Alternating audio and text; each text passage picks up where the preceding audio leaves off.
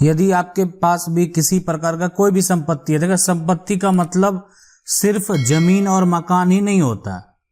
आपके पास किसी प्रकार का कोई कीमती सामान भी है तो वो आपकी संपत्ति है, आपकी प्रॉपर्टी है। अब जैसे मान लेते हैं कोई जमीन है, कोई मकान भी हो गया, ये भी आपकी संपत्ति है। आपके पास अगर कोई पैसा है कैश में तो वो भी आपकी संपत्ति है। आपके पास कुछ ऐसा सामान है जो कि कीमती सामान है, कुछ ज्वेलरी वगैरह है ना, तो वो आपकी सारी प्रॉपर्टी है। लेकिन प्रॉपर्टी की अगर रक्षा की बात करें तो क्या उसके लिए आपको कोई अधिकार दिया गया है? क्या आप उस अधिकार का प्रयोग कर सकते हैं? तो चलिए इसको समझते हैं कि संपत्ति की रक्षा के जो कुछ अधिकार दिए गए हैं आपको, क्या अधिकार है, कब इसका आप प्रयोग कर सकते हैं, कब नहीं कर सकते हैं। तो सबसे अगर आपके पास कोई भी संपत्ति है, आप उसके वास्तविक मालिक हैं, ठीक है, तो आप अगर हम जमीन की बात करें तो आपको उस पे अपना कब्जा बनाए रखना, यानी आपकी अगर कोई जमीन है तो वो आपके अंडर में होना चाहिए आपका, ठीक है। आप अगर किसी को ठीक है उसमें फसल लगाने के लिए दे रहे हैं तो आप उसको एग्रीमेंट करके दीजिए। आपका मकान है, आप रहने के लिए दे रहे हैं तो आप एग्रीमेंट करके दीजिए। आप दुकान किसी को दे रहे हैं, आप एग्रीमेंट करके दीजिए। तो कहने का मतलब क्या है कि अगर वो आपकी संपत्ति है तो आपको उस पे कब्जा बनाए रखना है। अब सवाल ये उठता है कि जो इसका दूसरा पॉइंट है वो क्या कहता है कि अगर आपकी संपत्ति को कोई बाहरी व्यक्ति, बाहर से कोई व्यक्ति आता है और आपके संपत्ति को कब्जा करना चाह रहा है तो क्या अधिकार है आपको?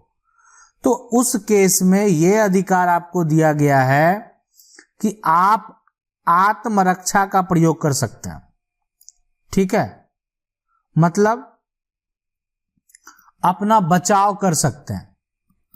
आपको अपना जो संपत्ति है उसके बचाव के लिए आप जो है आगे जा सकते हैं, या उससे आप समझ सकते हैं कि लड़ाई झगड़ा जो भी है आप कर सकते हैं। देखिए संपत्ति आपकी है, कोई जबरन, आपको पता है कि संपत्ति आपकी है, कोई जबरन आके उसको जो है अपने अंडर में करना चाहता, उसको कब्जा करना चाह रहा, उसको जो है क्षतिग्रस्त करना चाह रहा है, या मान लेते पैसे है उसका लूटपाट करना चाह रहा है, तो अगर आपके पास भी पैसा है तो आप प्रयास करते हैं कि आप उसका बचाव करें।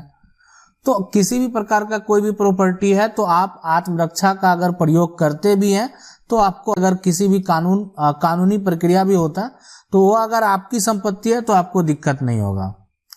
अगर आपकी संपत्ति को कोई कब्जा करता है और आप बलपूर्वक उसको हटाते हैं, रोकते हैं, आप भी अपना बल का अगर प्रयोग करते हैं, ठीक है, तो कानून के नजर में आप दोषी नहीं होंगे, इसीलिए कि वो संपत्ति आपकी है और आपकी संपत्ति को वो अवैध तरीके से कब्जा कर रहा था, आपने उसको रोकने का प्रयास किया, तो आप यहाँ पर जो है, आप अगर आपके तरफ से देखा जाए तो यहाँ किसी प्रकार का कोई अपराध जो है वो नहीं होगा और आपको जो है दोषी करार भी नहीं दिया जाएगा।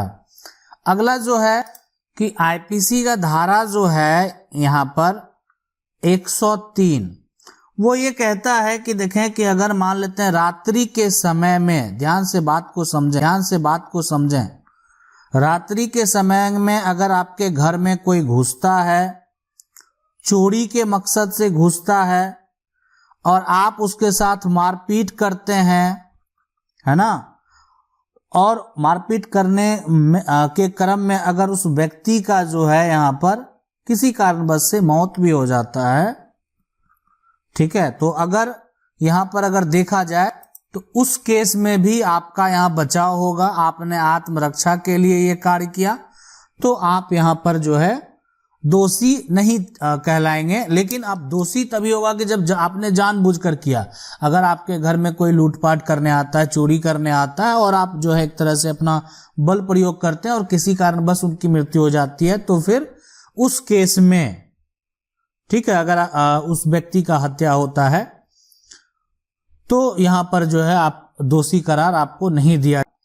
हाँ, लेकिन अगर आपका दोष साबित कर दिया जाता है, आपने जानबूझकर ऐसा किया, तो फिर आपको यहाँ पर समस्या हो सकता है। इसलिए कि आपको भी यहाँ पर किसी से जान का खतरा था, जो मान लेते हैं, लेकिन आपने क्या किया, आपने बचाव किया। अब यहाँ पर जो नेक्स्ट है कि अगर कोई बाहरी व्यक्ति जो है ना, असली मालिक को जान रहा है कि कौन इसकी मालिक है, ठीक है, और फिर भी एक तरह से जमीन को जो है, और वो व्यक्ति लंबे समय से जमीन पे है, मतलब कोई बाहरी व्यक्ति आपकी जमीन को कब्जा जो किया हुआ है, तो वो लंबे समय से किया हुआ है। उस केस में अगर मान लेते हैं बहुत दिनों से वो संपत्ति कब्जा है, तो उस केस में जो संपत्ति का मालिक है बलपूर्वक उसको नहीं हटा सकता है, और यहां पर अगर ऐसा करता है तो कानून को हाथ में लेना समझा जाएगा। ठीक है, हाथ में लेना है, ये बात आप समझ लें। ठीक है, मतलब इसका क्या हुआ, तो साफ मतलब ये हुआ कि अगर जो यानी जमीन है, तो जमीन का जो मालिक है और जमीन लंबे समय से जो है वो कब्जे में है, तो आप जो है बलपूर्वक उसको खाली नहीं करा सकते हैं। आपको कानून का मदद लेना पड़ेगा। कब? जब आप लंबे समय से आपकी संपत्ति को कोई कब्जा करके बैठा हुआ है ना। लेकिन अगर आपको हम बताएं कि आपकी संपत्ति को कोई अभी तुरंत जो है आप कब्जा करने आ रहा है, तो आप जो है बलपूर्वक उसको रोक सकते हैं। या आपकी संपत्ति को कोई जो है आके कब्जा कर लिया, तो आप उसको बलपूर्वक खाली करा सकते हैं। सिर्फ उस केस में आपको कानून का मदद लेना है जब आपकी संपत्ति को कोई लंबे समय से कब्जा करके रखा हुआ है। अब सवाल यह भी होता है कि अगर कोई संपत्ति को लंबे समय से कब्जा किया हुआ, तो क्या उसको भी आत्मरक्षा का अधिकार होगा?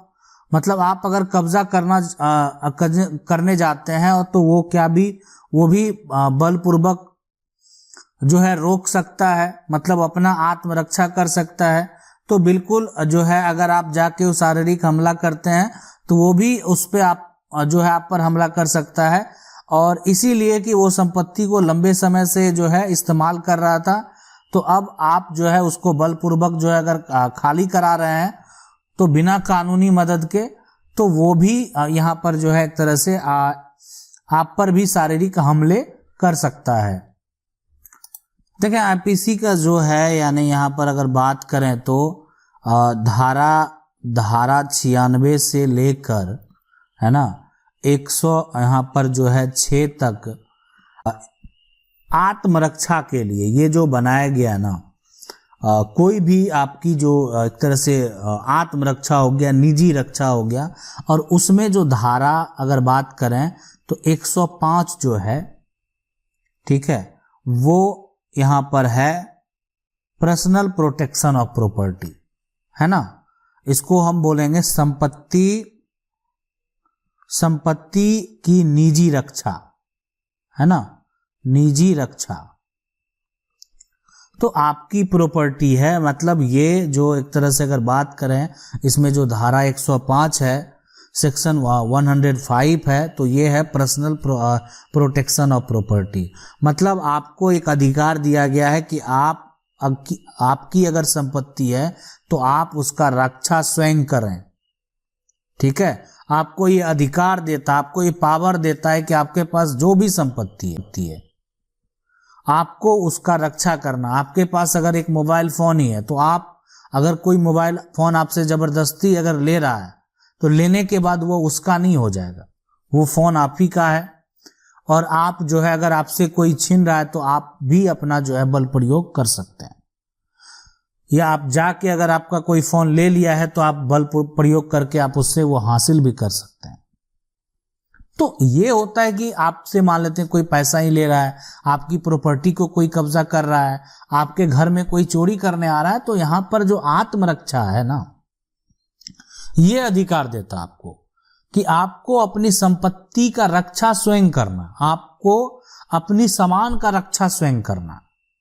और जब आप ऐसा करते हैं, उस केस अगर मान लेते हैं वो मामला, ठीक है, वो मामला अगर कोर्ट में पहुंचता है, तो आप यहां पर इसलिए दोषी नहीं होंगे, इसलिए दोषी करार नहीं दिया जाएगा कि सामने वाला व्यक्ति जो था वो जबरन कब्जा करने आया था, सामने वाला व्यक्ति जो था वो आपके घर में चोरी करने आया था, सामने वाला जो व्यक्ति है वो आपके सामान को चोरी कर रहा था, आपका पैसा जो है वो लूटने के इरादे से आया था। तो ये यहाँ पर जो है आपको रक्षा का अधिकार देता है। आशा करते हैं वीडियो अच्छा लगा होगा। वीडियो अच्छा लगा वीडियो को लाइक जरूर कर दें। चैनल को पहली बार देख रहे हैं सब्सक्राइब करके जो बेल आइकन है उसको जरूर दबा लें। मिलते हैं अगले वीडियो में, तब तक के लिए जय हिंद।